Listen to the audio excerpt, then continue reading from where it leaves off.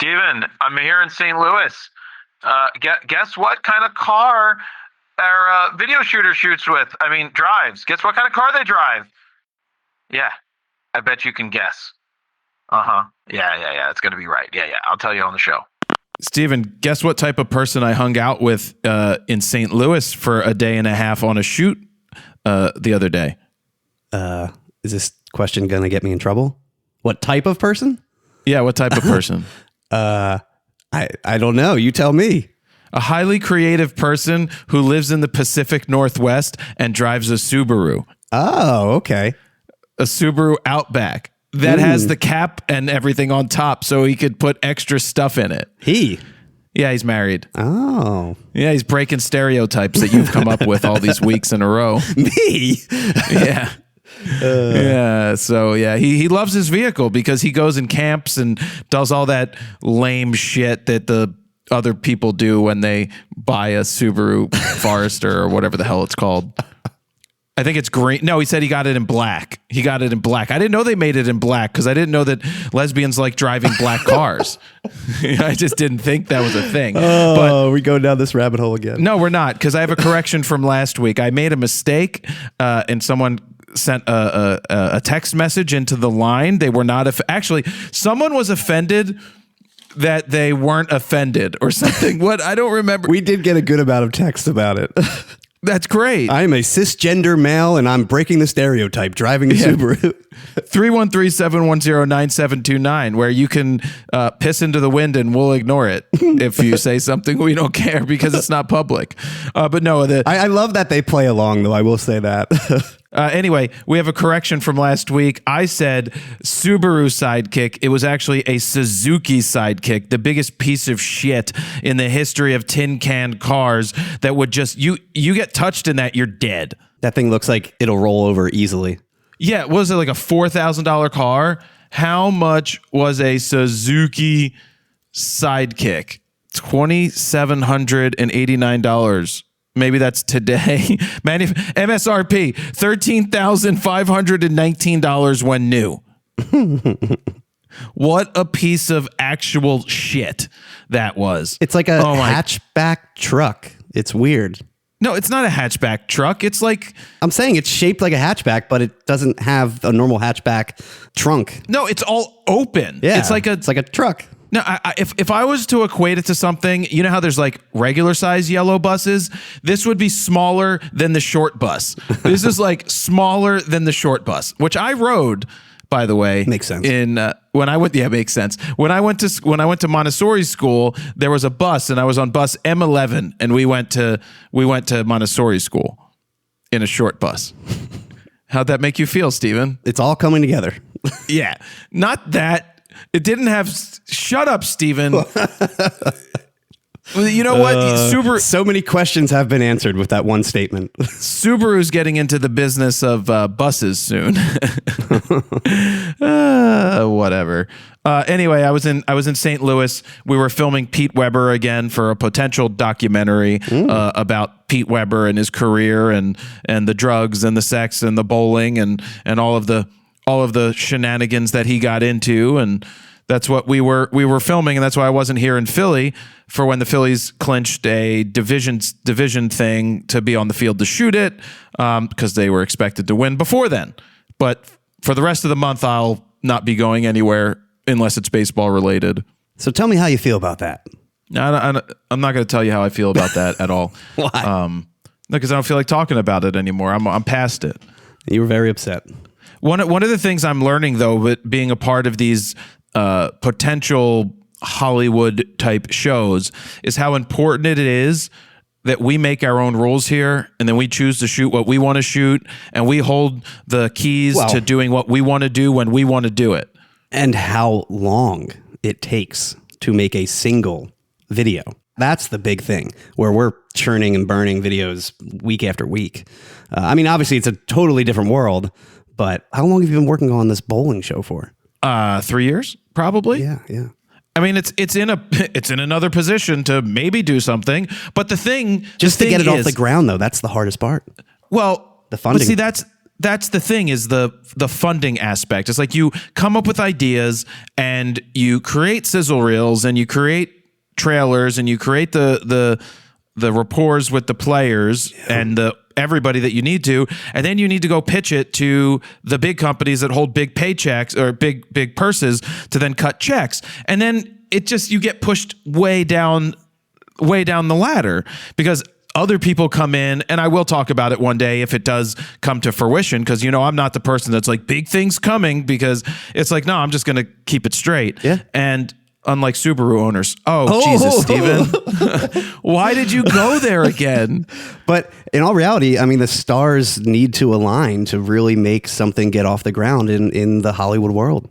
Yeah, but on the flip side, it's like if we want to do something, we generate revenue from certain places, right? We've got our different deals. Of course. We can choose to focus resources somewhere. The difference and is it put would be out. self-funded for the most part. It is, but you're in control. Oh, yeah. And when you're in control, you can do what you want to do and put it out when you want to put it out and benefit from it the way that you want to benefit from it. I mean, it's not like, we're not going to get Netflix show type stuff when we put out our own content. But if I see it with other YouTubers like the Sorry Girls, right? I met them years and years ago. They're two Canadians, and now they have a bunch of other employees. But they put out basically 30-minute episodes that are like what you would find on HGTV, and that's been their model. Mm-hmm. And they get 100, 200 plus thousand views on every video.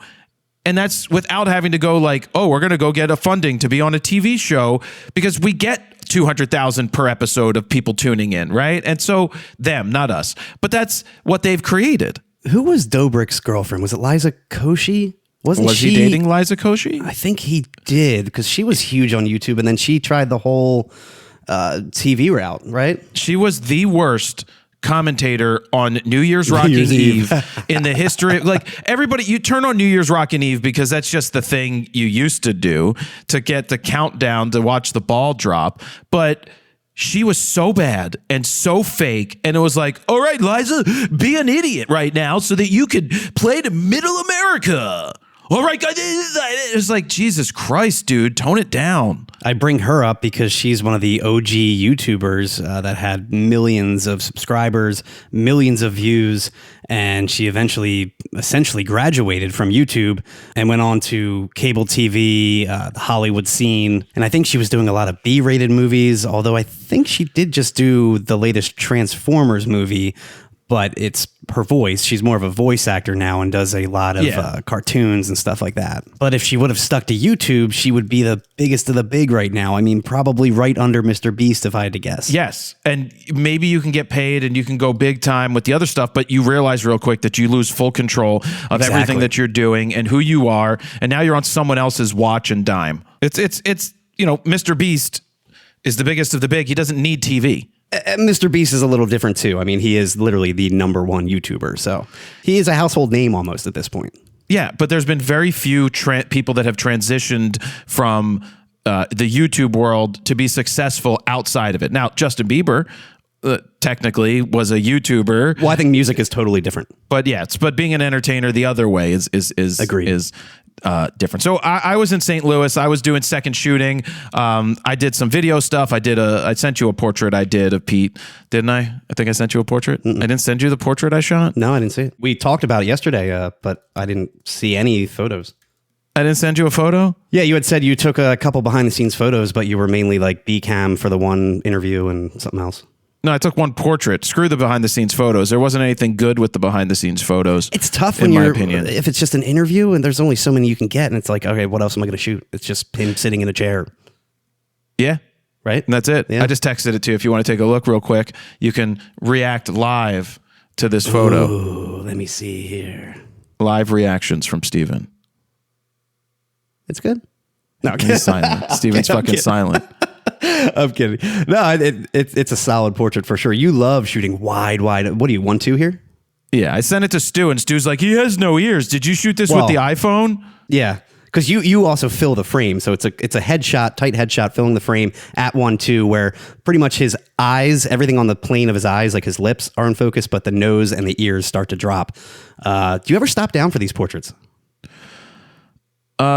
No. Because he's got such rich texture in his skin. You know, he's kind of got that weathered skin look, and I think that really shows a lot of character when you stop down.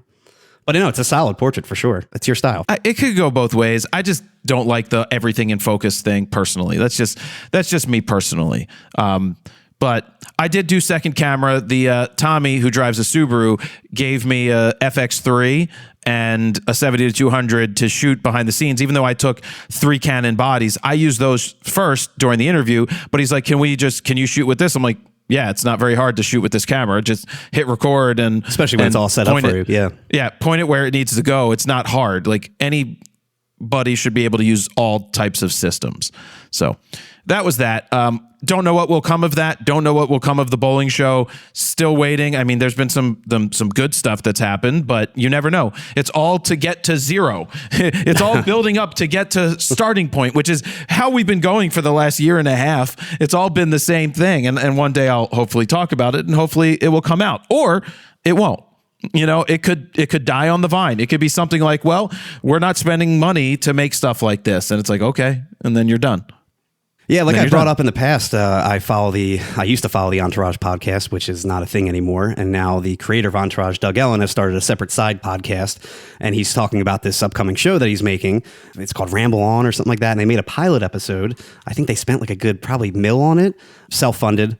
But Charlie Sheen, Martin Sheen, a lot of big names are in this pilot, and it's been sitting on the shelf for probably 3 years at this point. And he's been trying to ship it around to all the big networks, and everyone keeps saying, "Yeah, we're in."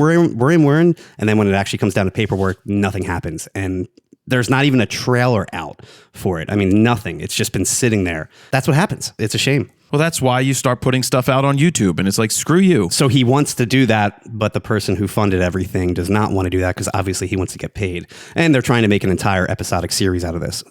I get it, man. I get it, but it's just like, I hate the Hollywood scene. I really do. Like, this is how it's done. It's like, okay, that doesn't mean it has to be that way. It's amazing some of the content that does slip by. You know, some of the stuff that does make it on the air is just garbage, and you're like, how did someone sign off on this? Well, exactly, and it's the same thing in the venture capital world. Yeah, like, exactly. You see, you read like, this thing just got funded for $7 million, and you're like, wait a second, this photo booth at the mall that's an AI photo booth just got $20 million in funding to do what? Or that stupid platform back in the day where it was like the Uber of photographers, remember? And they like wanted you to sign up, and they got funding. What happened to that? They fucking failed, Steven. So weird. Crazy. I said it. I say this stuff all the time, and people are like, "No!" Like, remember the Lytro took 220. I think Lytro raised $220 million or something, and sold for $20 million at the end of the day to Google. Then there was the L16 camera, and I'm watching these tech people be like, "This is the future of photography," and I'm like, "No, it's not. Why are you putting millions of dollars into this shit?" It just gets frustrating when you're like, "Holy shit! You just funded this dumbass idea." But I can't get funding for something else. It's just asinine. Maybe they have an insane pitch deck. They're good salesmen. You never know. They make it seem like it's an amazing idea, and then in the end, you're like, really? This is the piece of crap that I signed up for? No, but it's like, you shouldn't have to be a good salesperson. I mean, I think I'm a very good salesperson, but I also don't bullshit. And when you're talking to these money people, I'm pretty sure they don't want to be bullshitted. But when they come up with stuff like, what are your projections? I'm like, how the fuck are you supposed to come up with a project? You want me to just make up some numbers that make it sound good? Like, you want me to stroke it, and that's what you want? You want to see fake made up numbers? Yeah. Our growth is going to be 1 million users in the next year, and we project that to generate $50 billion. Is that good? Is that what you want to hear? Like, why don't you just hear, like, we don't know. Here's what we think we're going to do, and here's how we expect to do it. Like, they like pie in the sky bullshit. Throw enough shit against the wall, something will stick. I'm going to move on. It's the Gary Vee mentality. You know, every time.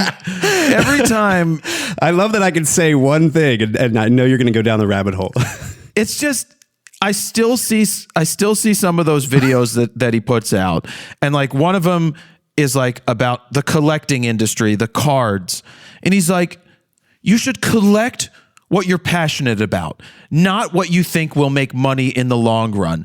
He's like, what's really happening now, it's all becoming about gambling. I'm like, oh, okay, Gary, because you weren't like one of the facilitators of the gambling of the card industry, coming out with V-Friends cards after V-Friends NFTs. Now there's a V-Friends animated TV show for kids. Is V-Friends still a thing, the NFTs? Go look at the pricing on OpenSea. Probably it's probably under an one ETH for one of the most coveted V-Friends that was a piece of shit to begin with. That used to be like 13 ETH. It's definitely not. It's definitely like not good. I was talking to someone recently about how he killed his YouTube channel. They were talking about, oh, he's got like 4.5 million subscribers. I'm like, he gets 7,000 views on a video or 10,000 views on a video because he broke his own golden rule of putting out the same content on every platform. The same thing. He put out the same video on Twitter, Instagram, YouTube, and he broke his own damn rules. But it just becomes overkill. You know, it's like, can I not talk about this anymore? He's just got to do a couple garage sales and he'll be right back on top. Yeah, the flip challenge. Look, $20 a day off a garage sale. Gary's become extremely successful. He's done an amazing job building his brand. He's done an amazing job building other brands. He's invested in some major companies that have sold out and made shit ton of money. I mean, he was in Resi. Resi sold to American Express. He got paid for that. He was in early with Facebook. He got built, tons of money for that stuff. Snapchat, Instagram, Foursquare, which, other failures. But, he was early. He threw enough shit against the wall and he became successful. So he can talk the shit. But I just think that people try to follow way too much of it. Anyway, moving on. I put a note in here about the iPhone camera button. Is that what it's called? I assume. Shutter button, camera button. I don't know. I hate it. I hate everything about it. The placement you were describing where it's at, it's kind of where your thumb would rest if you're a right-handed phone user. And I just feel like I would constantly be hitting the button by accident. Yeah, so I hold a phone with my right hand as a left-hander for some reason. That's just what I do. And it's right in my palm. So if I want to raise the volume or lower the volume, I then squeeze the phone from the right side and start clicking the button. My hand now hits that camera button. And when you want to use the camera, the touch sensitivity, I've upped it. It sucks. I can't figure out, do I double tap to bring up the zoom thing? It's just a hell of a lot more complicated and convoluted than just touching the screen and sliding my finger. It's stupid. It's good for taking pictures. Well, that's the thing. I do understand when you're putting it in, horizontal mode and then you're taking a picture, that shutter button is in the perfect placement if you're taking it with your index finger on your right hand. But as a normal phone user, it's in the worst placement. And I think they should have taken that into consideration from day one. And like you said, it's a lot quicker to simply just touch the screen like we've been used to all these years. It's same thing with the action button. So I have the iPhone 15 Pro and I have the action button and I never use it because I've just trained myself muscle memory wise to always hit the front of the lock screen to open up the camera app, because that's what I ended up putting my action button to. I programmed it to open and launch the camera app, but I never use it because I just keep forgetting about it. Used to the other way of doing it, just touching the screen. Well, right now I'm making it work for some reason. It's like... Forget everything I just said. Oh, do you know what happened? I updated the firmware today. Oh, the iOS 18 got the update. There were so many bugs in this phone. Maybe that's what changed. Maybe they made it so it actually fucking works, because I did that this morning.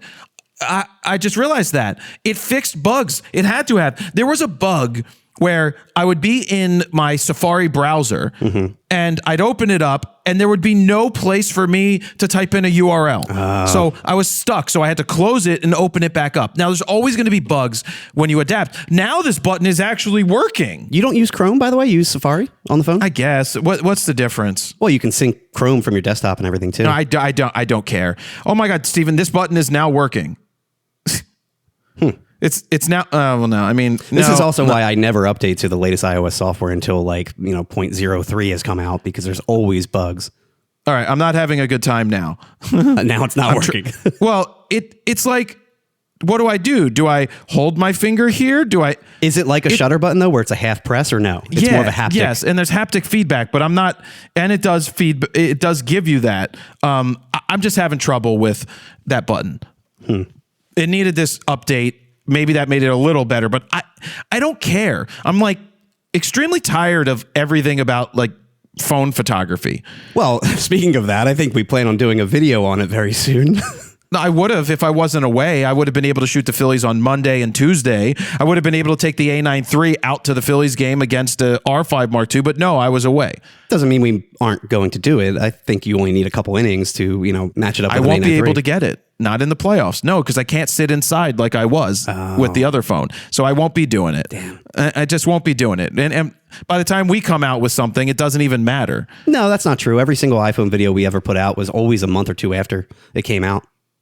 And it still did incredibly well. But the difference is those two phones, the last two phones had newer features, like the new 48 megapixel sensor in the iPhone 14. The iPhone 15 had the 5x zoom, and then this one just has the button. There's not really any new features in the actual photo app itself. Now, I will say, what I don't like about Apple, and I've tested this out because I thought you were going to go to the Phillies game and shoot with it, is that you really only get a true RAW file in the Lightroom app or in a third-party app. The Pro RAW that Apple gives you in the camera app is really just a 10-bit DNG JPEG file for the most part that does all their normal noise reduction, compression, all that crap. And it just looks terrible. It looks mushy every single time. Granted, if you shoot in Lightroom with that small sensor and you're bumping the ISO up to anything past 400, it's noisy as hell, but it's so much more detailed and sharper. So if you are shooting RAW on the phone and you actually want a true RAW file, shoot with the Lightroom app. You will see a huge difference if you shoot side by side versus Pro RAW. I agree. I sent you a side by side example, and that was a pretty big difference, right? Well, one is smoothed out and noise reduction, and one has grain and stuff. And Apple does that weird AI trying to fix the text thing. So the text always looks weird because it tries to make it new text and it ends up messing it up. It's very odd. Yeah. It's just, these are phones. They're not replacing shit. Of course. But I had to yell at more people in critiques recently. Yes, my favorite. About stuff like enhancing shit, adding grain to shit. Like they're sitting there telling me they worry about high ISO and then they add grain to you. And then they told me that you were using cookies and cream and it had grain in it. I was going to say, you can turn that off. We have a couple presets that have grain, but it's for aesthetic purposes. I told you I don't like the grain. Well, I like turn that saltwater shit off. taffy, I have a grain version and a non-grain version because you specifically liked that preset but didn't like the grain option. But again, anyone can simply just turn that tab off. Yeah. I don't know. I think it sometimes gives a nice texture to a photo. It depends what the subject matter is, but for the most part, I don't add grain, but every once in a while, I'm like, C41 looks pretty cool in this photo, which is like a filmic grain look. Well, yeah, C41 has that look. Speaking of photo shoots, you had a photo shoot this weekend? Oh, yeah. So I am now the godfather of my newest niece, Mila. So normally when there's a baptism or a christening in my family, I am typically... You call me, and I show up with a 100 to 300 2.8 in an I Shoot Raw shirt. The worst lens to shoot in a church. Steven, I didn't know where I was going to be. I thought it was the best lens. You're not happy with the photos I got? You've got no photos of the actual baptism. I couldn't. Because you got 100 to 300. It's not like I've ever been to a baptism to know how to shoot a baptism. I didn't go on YouTube and type in, how to shoot a baptism. No, regardless, I'm super thankful that you were there and we got photos, especially like with the godparents. Would you know how to shoot a bris? I would not, but I would do my research beforehand. Yeah. It's just like concert photography. I would always look up like the first 3 songs and what the set list looked like and where the bands would be. So I was prepared for those first 3 and what lens to start off with, blah, blah, blah. So you heard it here first. Don't hire Jews to shoot baptisms. Well, for some reason, you lit on fire the second you went into the church. That was weird. That's because I drove a Subaru there. Oh, man. I mean, it made a special point of that and wore rainbow underwear. Anyway, normally I give the gift of photography to my siblings when there's a baptism or christening going on. Obviously, this time around, I'm the godfather. I'm part of the actual ceremony. I can't take pictures, but I usually will then take pictures after the fact at the house, maybe get a photo or 2 of the family. So last minute, I didn't bring any gear, but my sister's using the RP with the 50 millimeter 1.8. And I ended up doing a quick makeshift photo shoot in my niece's room. I had my suit on, everything, there's no room at all. This is a small, like 10 by 10 box room. I'm trying to find an angle. I just put them in the corner. Actually, I just sent you a link. I'll critique this shit live. But I wanted to talk about some of those photos because as I'm taking these photos, I put them in the corner. I'm backed up to the other corner. I have a 51.8. That's the only lens I had. She's got beautiful eyes. Look at those things. She's got big blue eyes, yeah. Which I actually had to bring back after slapping some presets on it, which took out the blue.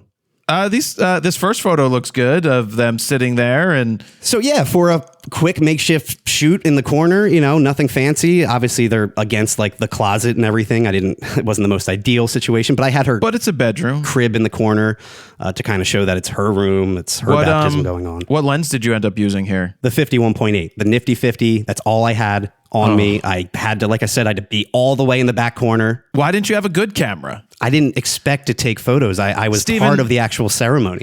This brings up a very important lesson that we learned at Dan's wedding.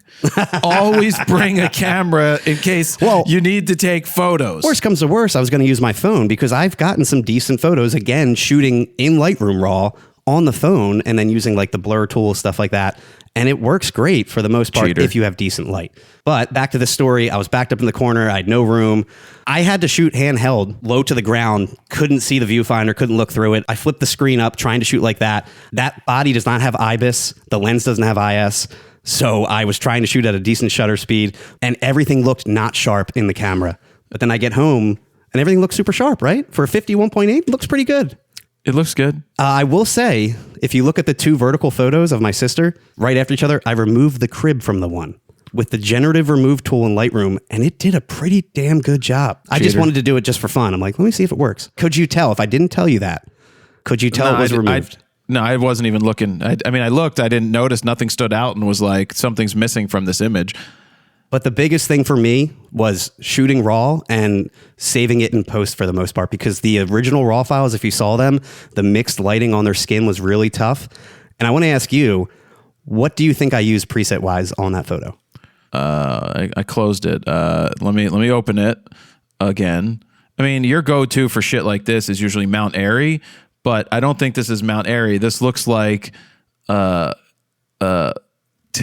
was that? What was that one with the blue aquamarine or Let me narrow it down for you. It's Fropack 4. All right, I know which one it is. Which one? Hold on, I have to bring up a photo so I can look here. T. Haynes, Mel Brooks, saltwater taffy type. I think it's Brooklyn or High C. Nope. It's going to surprise you. Subaru. It's Coppertone. You know we're going to name a preset Subaru next time. Well, Skittles, that'll be Skittles 3.0. Skittles is being renamed, guys. Subaru. But no, it's Coppertone, and I, just like I always say, use it as a starting point, and then you adjust from there. So I really liked the custom tone curves and calibration that I have for Coppertone, and then I just adjusted the colors from there and tweaked the contrast on top of that. So you don't get that old-timey look. You get a new age look, but a nice, pleasant skin tone look, in my opinion. So that's why that is my always go-to preset. I just don't use it slapped on and call it a day. I usually adjust it from there. Nice. Looks good. But yeah, cheap lens, cheap body, quick 5-minute photo shoot, and they are incredibly happy with the photos, and they're like, this is the best family photo that we've gotten to date. So yeah, no shit. That's what happens when you use cell phones. That's what happens when everybody uses a cell phone to take a picture today and like stands there and presses the button like, it's so good. And people are like, this is a good photo, isn't it? I'm like, no, it's a piece of shit you took with your cell phone. It worked out too that they had a giant window in the front of the room that gave them some really nice catch light and natural light coming in. So, but in the end, yeah, use what you got. You know, it's funny. I had a friend send me a photo, and they're like, "We have a photo contest for our business. Which one of these two photos would you pick?" Neither. So, well, I'm like, the top one is better, but the editing is shit. So I re-edited it and I cropped it a little for better composition for him, and I sent it back, and I'm like, now this is good. He's like, oh my God, that's so much better. I'm like, yeah, no shit. Well, like I was saying, the editing kind of really did save that particular photo too, because if you saw the raw files, you'd be like, man, that looks not great, because he had weird daylight bulbs and tungsten bulbs mixed in the ceiling fan above us, and the lights were on, which I didn't realize until after the fact. So it was just weird colors going on. All good. It looks good. Moving on, I'm debating whether to do another boot camp before the end of the year or not in November. Oh, okay. I'd have to announce it soon, but it would be after the election. And so during the Civil War, you're saying? The time is freed up. So before, I didn't know what was going to happen in September, October, right? Like I didn't know if I was going to be doing other stuff. That's why I didn't do more. And then November, It's possible I could do it. I mean, there's no reason why we can't go outside for 45 minutes. There's no reason we can't go outside and shoot stuff. It shouldn't be. I mean, it could be freezing. You never know. I mean, maybe during the morning hours, it might be a little on the chilly side, but it's not going to be. It's still pretty good around here in November. Yeah. So unless it snows, so then Yeah. I might put one together for one of the Saturdays in November. Okay. I haven't decided just yet. I'm trying to buy a church, Stephen. No, I'm just kidding. I'm just kidding. Have you talked about that at all? No. Okay. I look at financials, and I don't want to, at the current price, I don't want to have to worry about making payments. I don't want to have to worry that, you know, I'm scraping by, because it's not that big of a deal to buy that place. I have 5 really unique and good spots, and I'm set, and I don't want to liquidate what I have in the markets. You know, it's just, I just don't want to stress. That's what I don't want, is added stress. Of course. And the big issue was that we kind of ran out of space at the old factory. I mean, we were still fine, but we really had nowhere to expand if we wanted to build another set or something like that. Where currently, right now, you've got that entire basement, you've got the entire first floor for the most part. I still have half of the second floor, which is more of our production suite. I mean, no, we're not plenty of outgrowing room this. We would never outgrow the other place, but the other place, if they want to come down $1 million, you know, if that becomes a thing and it just sits there, I mean, this might be one that I just sit, be patient, and if it sells, it sells. Good on them getting that money. And if it comes down $750,000, $800,000, and it comes into a more reasonable place, I don't want to be having to get a nut of like $20,000 to $22,000 a month. Though it is possible, it's not out of the question. We can afford it. It's just a matter of, I would need to rent this place out. And if I get a good amount for this place, all the extra profits from the rental here goes right into paying the mortgage on the other place. That's just how it works. And it would be fine. Like I would have to come up with an extra couple grand over what I pay myself rent here already. I pay a nice amount for rent here and a nice amount of rent for the other studio, my warehouse, right? So I'm already dumping that money into it, but I just don't want to be short. What are you smiling at? I wonder if you get like annoyed. You're like, man, I got to pay my rent again, and it's just yourself. You're just paying yourself. No, every Just first moves of the from month, one account to the next account. First of the month, write a check for rent. Wake up, wake up, wake up. What are you singing? Bone Thugs, man. First of the month. Oh, Got to get that money. ba ba ba ba ba Bum, bum, bum, bum, bum, bum. ba ba ba ba ba ba. See you at the crossroads. What are you singing? Well, I'm just throwing a bunch of Bone Thugs around, man. Well, how's it go? How's that song go? Crossroads? Yeah. What I just said. I'll see you at the crossroads. You won't be lonely. My singing Steven, skills are immaculate. Sing some Creed for me. By the way, they're playing this weekend, and I might get tickets. Where? But I just looked up tickets, and they're insanely overpriced right now. Where are they playing? Atlantic City at Hard Rock. Oh, see, that's the problem. Anytime they play Atlantic City, it's like it's a shit venue. Well, it's an intimate venue. That's the thing. Intimate. Who gives a shit? It's Creed, though, man. I don't give a shit Stapp and about the boys. Yeah, Steven, I got 9.1 surround sound at my house. I could play it there. And it's Three Doors Down and Finger 11 too. I mean, it's a pretty that's who's solid opening? 90s lineup. Yeah, get your MAGA hat ready. It sounds like a MAGA show to me. Sounds incredible. Three Doors Down played that. I used to be close to the Henderson, right? The bass player, guitar player. That's like Emma Barbecue was just this past weekend. That was I know Silvertide played. yeah. Yeah, They were boys. I didn't go. They just announced a new Silvertide show in December 20th at the TLA. Do you know how many times I've shot Silvertide or a variation of them at the TLA? It's just, it gets sad after a while. TLA is like the worst venue to shoot to. Yeah, I mean, I end up on stage because they don't put a pit there. There is no that's pit. that's where I got the Modest Yahoo shot, the really good Modest Yahoo with the light, because he brought in the lights. Anyway, let's move on. You want to talk about the latest video discussion? I don't even know what videos we're talking about that we put out. Yeah, we put out a couple videos this past week. One of them is the shocking results, the R5 Mark II versus the R3 versus the R5. That was the rolling shutter comparison, along with the 10,000 ISO comparison, the high ISO. lots of compliments for like thanking us for actually using a camera and putting up examples that are real world. Yeah, and I think you did a pretty solid job trying to replicate each angle and get the same exact, player for the most part, or same angle, same time, same setting, same lens. Obviously, it's going to vary by the type of pitch and everything and the speed of it, but for the most part, it was pretty comparable in a real world environment. And I think it's just a really interesting video to see the R3 paired up to the R5 Mark II, and one being half the resolution, the R3, when we zoomed in, probably 2-to-1, trying to match it to the R5 Mark II, it's still held up and looks pretty damn good. Yeah. The R5 Mark II, there's still that weird Lightroom thing going on where it's slightly overexposed, so it looks a little noisier, but that's something you can simply fix in post. I still think the R5 Mark II looks the best in terms of color, quality, clarity. The R5 still holds up, though, too. Well, the R5 still holds up. Yeah. And it's like, yes, you don't need to use the electronic shutter. We know that. If you're not shooting sports or any fast-paced action and you're already a current R5 user, I mean, there's not much of a reason to upgrade. No, I mean, you crush weddings. No one's going to know the difference unless you put the shots side by side. And it's insane that Fun to Photographer, maybe next year, if they still are, having gear, we end up with R5s.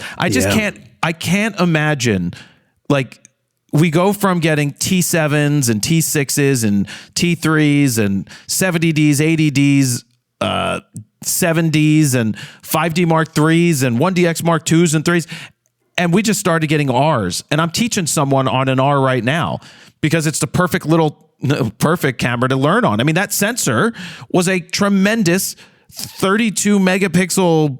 It was the R5, 5D Mark IV. The 5D Mark IV 30 sensor. megapixel. Yeah, it was just, what a great camera to learn on. So it's just teaching people in the new world is really easy. But to think that we're going to get R3s and R6s and R5s as Fun to Photographer cameras is just insane. But I've been reaching for the R5 for shoots more than the R3 because of pre-shooting speed, not because of size of file, just because the ISO actually is close. Yeah, it really is. It all matches close enough. But it's an interesting video. If you are looking into checking out those three cameras, I would also suggest watching the one we just put out yesterday. It's the R5 Mark II versus R3 versus R5. Which camera to buy, more of a pros and cons list, talking about real world usage, stuff like that. And it's a tough choice to go, do I want an R3, a pro body, a flagship, or do I want an R5 Mark II? Well, I again, am so far removed from the world of needing to worry about what camera I'll use because they all just show up and I get to use them. So I'm lucky like that. But I remember the days of being stuck with, at the time, like a D2H or a D2XS while newer shit was out, right? Like it just took me years of sticking with a body, but it didn't matter. It really doesn't matter. Yeah. At the end of the day, you need to know what you're doing to get good results. And yes, of course, like an R3 is going to hold up for years. For years, the R3 is going to hold up. But, technology changes. I know we've been doing a lot of Canon content lately, but we do have another comparison coming out probably next week at this point. It's the Z6 III versus A7 IV versus R6 Mark II. More of that entry-level full-frame body comparison. We still need to do a couple more things with the Z6 III as well. Yeah, like update the firmware because they just released a new firmware for the Z6 III that let me see.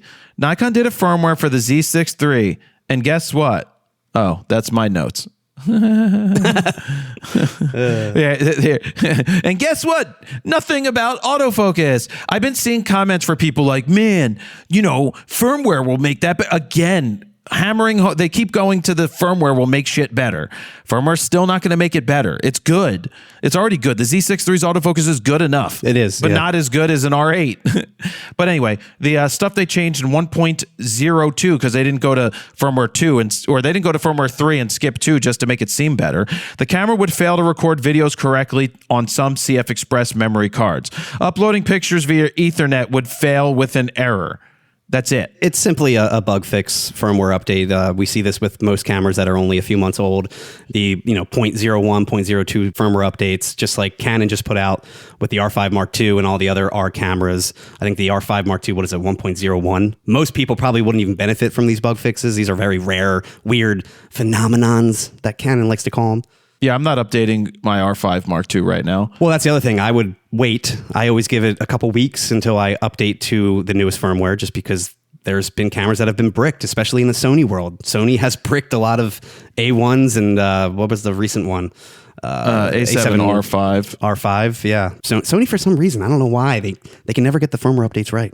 They always pull. But in other firmware news, Canon updated the R3, the R5, the R5 Mark II, the R6, the 6.2, the 8, the 10, the 50, and the 100, but nothing major at all. No. The R5 Mark II firmware, let's see, update for the EOS R5 Mark II will be released. Before I get to that, they didn't really do much but do bug fixes, but they did announce that coming before the end of the year that they're going to update the R5 Mark II with a release that adds support for 24p and 23.98p recording when using the LPE6NH battery, which was the newer of the batteries for the R5 original. The original was the LPE6, just the LPE6 originally. Well, and then the NH came out with the R6 Mark II, I believe. So now, well, they also go on to say the recommended battery of choice is, of course, the new LPE 6P, but as consumers have voiced their request for 24p 2398 video recording when using the older battery, Canon felt it was important to release the upcoming firmware. What does this mean, Stephen? What do you gather from that?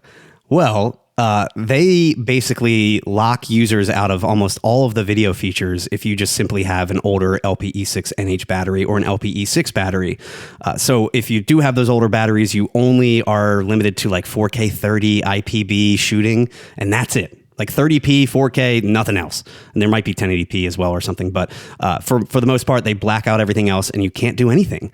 I don't know why. And I had to assume that Canon basically locked these features out, because why can it do 30p but not 24? It just makes no sense. I think we had the same issue with the RP back in the day, if I recall. It would do like 30p but not 24, and then they eventually unlocked it. So now they're saying in a future firmware update, not this one, it will unlock the 24p in 4K. But again, you're still going to be limited to the lower compression rates, stuff like that.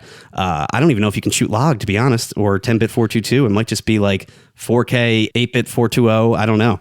But it really locks you out of almost every single video feature. And I know it has the power. Clearly, the R5 can shoot everything, including 8K with the LPE6NH battery. So why can't the R5 Mark II? You're limiting users that are already bought into the system. They already have these newer batteries. Why do that? That just makes no sense. And now we know, the proof is right here, that it's Canon limiting these features, trying to force you to buy these LPE6P batteries, the newest battery. Well, which I just bought two of because they weren't, I needed them just in case I used it for the video shoot, but I ended up using the R3 for the video shoot because it was already set up and ready to go. Well, and those batteries aren't cheap either. They're $80 a pop.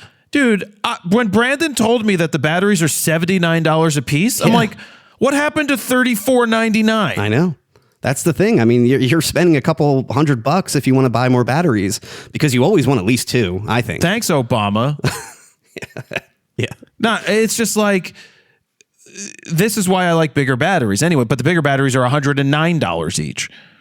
They what's crazy is they haven't updated the tech in the R3's battery since the 1DX Mark II, 1DX Mark III, R3, like same battery, R1, all same battery. I just think they need to just completely change the R battery, the normal LPE6 battery. Give us a brand new battery that will work across the board on all future cameras, blah, blah, blah, instead of doing these minor updates with the LPE6, the NH, the P, whatever. Still, it's a solid camera option. R5 Mark II. It obviously comes with the new battery, but if you're shooting video, you're going to burn through these really quickly. Yeah, I went through like 2,000 or a little over 2,500 shots in a game once, and I was down to 9%. Oh, I put that in the script. The R5 Mark II real world review, which I guess I kind of wrapped up writing. It's like 4,000 words. It's a lot of words. It's going to be like a 30-minute video. I'm going to post that. I should just post my script when I'm done. I'll post the script because it's like SEO for all the shit that I write on the website. Like an article. Yeah. Moving on, we got some camera news here. Tamron released a 90mm macro that showed up at Steven's house yesterday. Actually, I have it right here. 2 days ago. How's it feel? Did you sniff it? Which version is it, for Sony or Nikon? It's Sony. I'm surprised you didn't get Nikon.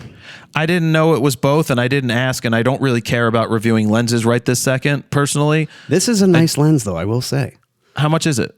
So it's $700, and what surprises me, it's the same price for both the E-mount and for the Z-mount for Nikon, where we've seen in the past the Tamron lenses for the Z-mount have always been a little more expensive. I assume for the licensing fee that Tamron is paying Nikon. Yeah. But this time around, it's the same price. So maybe that will be a thing of the past, and it'll always be the same price moving forward. But this is a nice little, smaller 90 millimeter portrait lens, I'd say. It's based off the original 90 millimeter f2.5 that came out in 1979, and they wanted to make it for mirrorless to celebrate its 45th anniversary.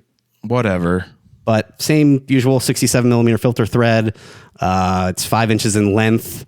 It's got a 9-inch close focus with verify? a 1:1 magnification.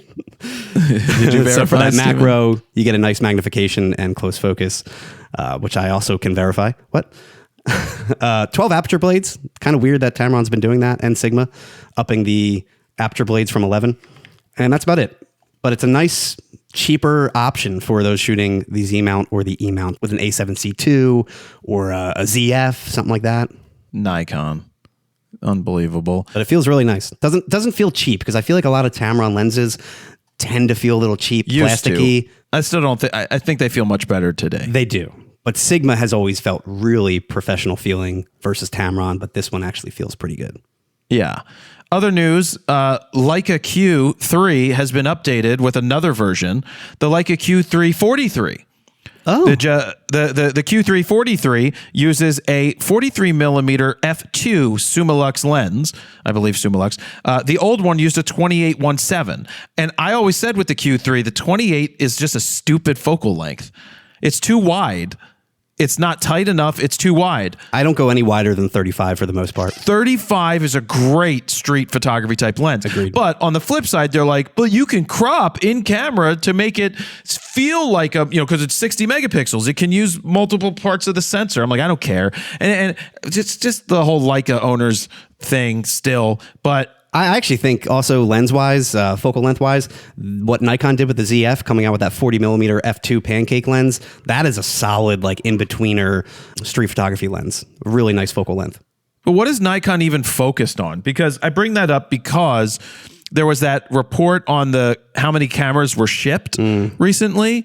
And it was something like 7.3 million total cameras. Let me get my numbers straight here. 7.18 million cameras were shipped in 2023. Now, shipped. And 5 camera companies make up 95.3% of the market share. And it's what you would expect. Canon was number 1 with 46.5% of the market share, even between this year and last year. So they didn't gain or lose any. Sony has 27.9% of the camera market share with shipments.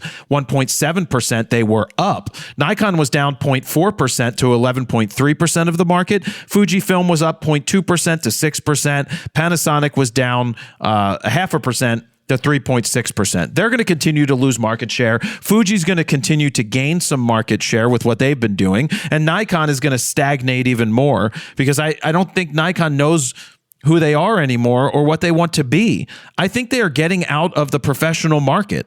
I don't think they're getting out of the professional market to the extent of we're leaving the professional market. I think they'll still do that. But I think that you're going to be hard pressed to find full-time pros relying on Nikon, because NPS doesn't exist really anymore. You can't get the support and help that you need. Whereas with Canon and Sony, you can get all the support you need quickly. But remember, this is about shipments. It doesn't mean how many cameras were sold. Canon shipped the most, which I would assume means that they're probably selling the most. But Sony probably made the most amount of money because they have a higher priced items. So it doesn't really talk about that. And I would think most share of the shipments from Nikon are more of the higher end pro cameras like the Z8 and Z9, especially the Z8. That I feel like that camera really saved Nikon, in my opinion. It still holds up. It's a great camera for the price, especially. It's a Z9. It's literally a Z9 for $2,000 less. I can't see people buying a Z9 this day and age unless you want that flagship like vertical integrated grip body. I can't see buying a Nikon at all. It's so hard when people ask me. You have an opportunity to jab them. It's not a jab. It's a disappointment. It's that disappointment. Like I'm not mad. The one I'm that got disappointed. away. Yeah. The one that got away. You're like, what could have been? We could have been great together, but we're not. And I had to move on because there's something better. I mean, I will say, I thought you really liked the Z6 III for the most part. I liked it, but it doesn't hold a candle to other things. Like, it's a good camera. It's a good camera. It's still great, better autofocus than any DSLR they ever made. But still, comparing it to everything else, the lens choices, Nikon lenses why are they so big? Why is everything bigger for the same thing? Why is the 51.2 so big? Why is the 85.1.2 so big? Like, it just doesn't make sense. Yeah, they are massive. Sony, on the other hand, is the smallest lenses. Yeah, they don't have an 85.1.2, No. but they have a 50.1.2 that's gorgeous. Mm-hmm. So anyway, that's what I have to say about all of that. I will say too, I was looking up readout speeds lately for sensors because we were readout speeds? We were doing the comparisons for the R5, R5 II, and R3. And the Z6 III, if you recall, we were told a certain number by Nikon, which we really can't make public. But Was it like 12? okay, I guess we will make it public.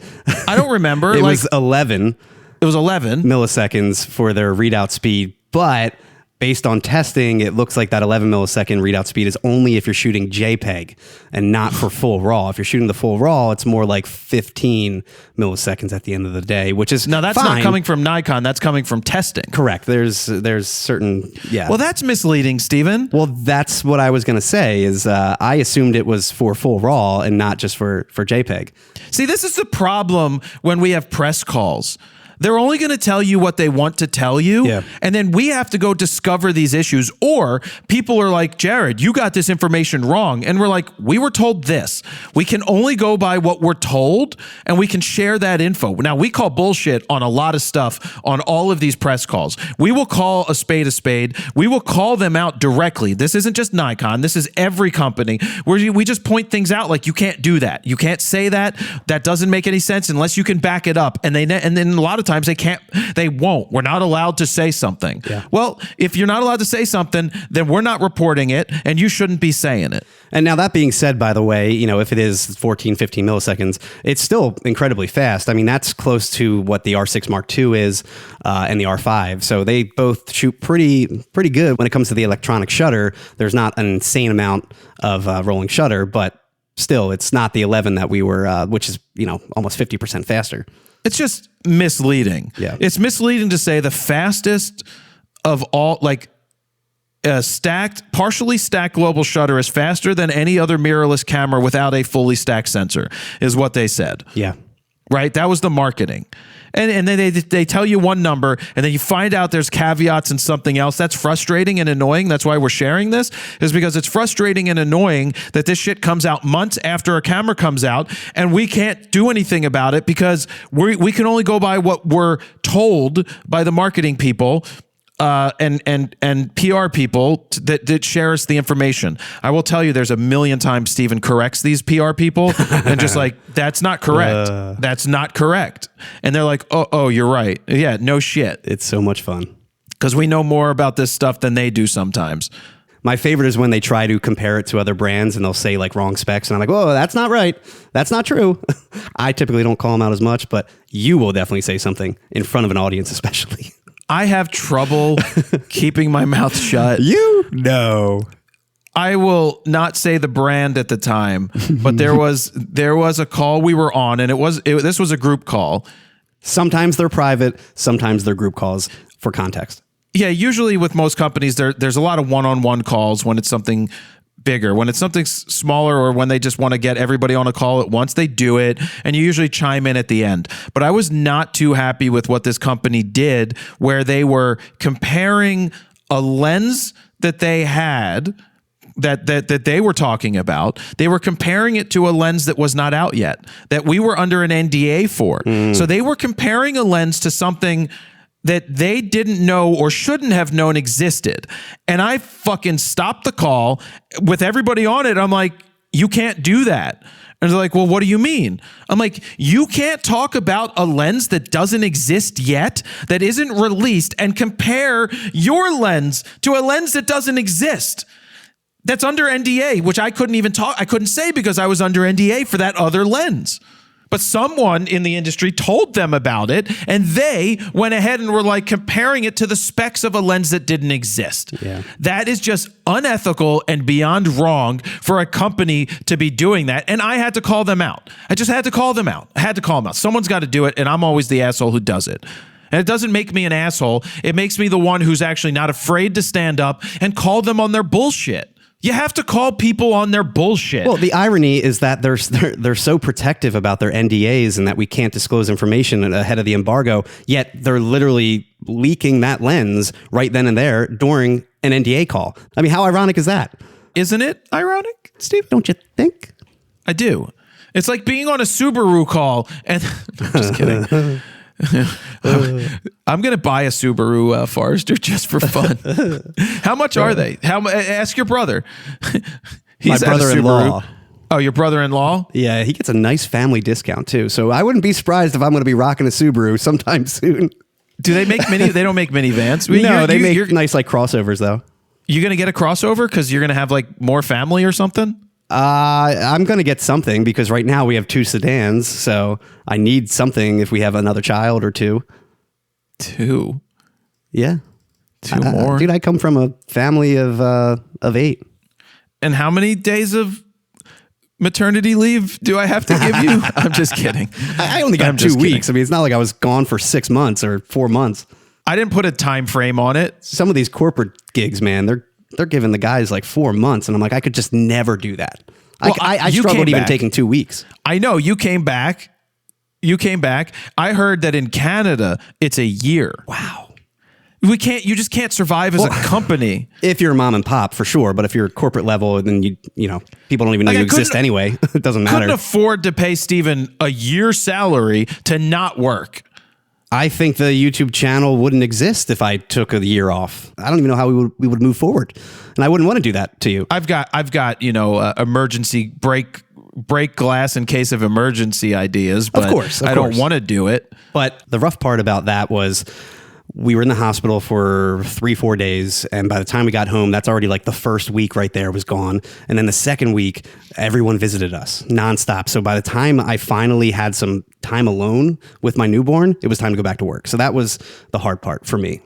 Well, don't let your friends over, Well, that's Steven. the thing. I think next time now we learned that we will wait until that 3rd, 4th, 5th week. But we need to spend a couple weeks by ourselves. You're just like, I'm so excited. Everybody come over to look at this new thing. Right here. Wasn't my decision. Oh. Well, because someone wanted to show off. Oh, let's show it off. I'm so happy, which is you're good. You're supposed to be happy. But you don't have to show everybody knows you had a baby. You're not the first person in the world to have a baby. Like Miss Rachel says, I'm so happy. Jump, clap. What the fuck? Fuck if Miss you know, Rachel. you know. I will not know Miss Rachel anytime soon. Dude, she's got a deal now with Walmart and Target, and she just came out with merch and little dolls and stuff. And are you going to buy a Miss Rachel we doll? already did. We already did. I still want to do a kid show. Yeah, yeah. It's on my list to do. It's like that time we photographed little Dan. For the Christmas we did photo photograph shoot. little Dan. Chaos. He was very good on that photo chaos. shoot. No, it wasn't chaos. Don't give him a donut or a juice box or anything. Sugar! Rah! Rah! Well, maybe we'll have you photograph Hannah one day. No, I don't want to. Or Shaniqua, I mean. Shaniqua. What were all the names we had for her? What were we calling her? I don't remember. Letitia? Tanya? Letitia? Wasn't that one? Ladasha. Ladasha. It's L-A-A. And you say the dash. You say the dash. All right. Can we get out of here before you get us canceled, Steven? All right. All right. This is episode 120 of RAWtalk. You can text us at 313-710-9729. That's all I have to say about that. Steven, anything you want to add at the very end of the episode? That is it. We will see you next week. All right, guys. Thank you very much for listening. Jared Polin for nosaphoto.com. See you. Bye.